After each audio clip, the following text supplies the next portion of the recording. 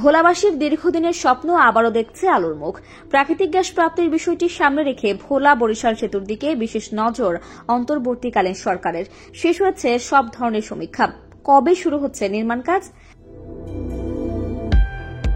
বাংলাদেশের একমাত্র দ্বীপ জেলা ভোলার অবস্থান দেশের দক্ষিণাঞ্চলে।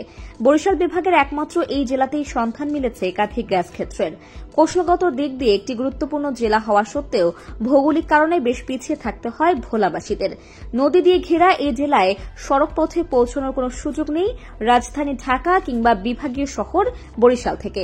ফলে ভোলার বিপুল পরিমাণ গ্যাস ভাণ্ডারকেও কাজে লাগাতে পারছে না বাংলাদেশ। বিগত সরকারের সময় বেশ কয়েকবার ভোলা বরিশাল সেতু নির্মাণের কথা উঠলেও দৃশ্যমান কোনো অগ্রগতি দেখা যায়নি। দেশের বর্তমান অন্তর্বর্তীকালীন সরকার আবারও শুরু করেছে ভোলা বরিশাল সেতুর পরিকল্পনা প্রণয়নের। সম্প্রতি ভোলা ও সন্দ্বীপে দুটি পৃথক বক্তৃতায় ভোলা বরিশাল সেতুর কথা তোলেন সড়ক ও সেতু বিষয়ক উপদেষ্টা ফাউজুল কবির খান। সেতুর প্রাথমিক সমীক্ষা প্রতিবেদন তৈরি করা হয়েছে বলে জানান তিনি। সমীক্ষা অনুযায়ী এ সেতু নির্মাণে খরচ হবে 16,400 কোটি টাকা। পাবলিক প্রাইভেট পার্টনারশিপ পিপিপি এর আওতায় তৈরি এ সেতুর দৈর্ঘ্য হবে 10.86 কিলোমিটার।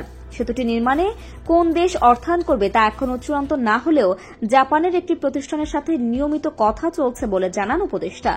ভোলা বরিশাল সেতু নির্মাণ শেষ হলে দেশের জিডিপি প্রবৃদ্ধিতে 0.86 কোটি টাকা ভূমিকা রাখবে বলে জানা গিয়েছে। সমীক্ষা প্রতিবেদন অনুযায়ী 2026 সালের মধ্যে কাজ শুরু হলে 8 বছর সময় লাগবে নির্মাণ সম্পন্ন হতে। এদিকে ভোলাবাসীর প্রাণের দাবি ভোলা বরিশাল সেতুতে একাত্মতা প্রকাশ করেছেন বৈষম্যবিরোধী ছাত্র আন্দোলনের অন্যতম প্রধান সমন্বয়ক সার্জিস আলম। একই সাথে ভোলায় একটি মেডিকেল কলেজ নির্মাণ ও গ্যাস নিয়ে সিন্ডিকেট বন্ধের দাবি জানান তিনি। পদ্মায় মোট 70,000 কোটি খরচ করে সড়ক ও রেল সেতু নির্মাণ হলে ভোলা বরিশাল সেতু কেন নির্মাণ হবে না সেই প্রশ্ন রাখেন তিনি সরকারের নিকট।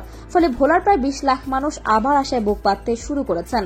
লোক দেখানো কিংবা ঢাকা কেন্দ্রিক উন্নয়নকে বাদ দিয়ে পিছিয়ে পড়া প্রান্তিক এলাকায় উন্নয়নের স্পষ্ট নির্দেশনা দিয়েছেন প্রধান উপদেষ্টা ড. মোহাম্মদ ইউনূস।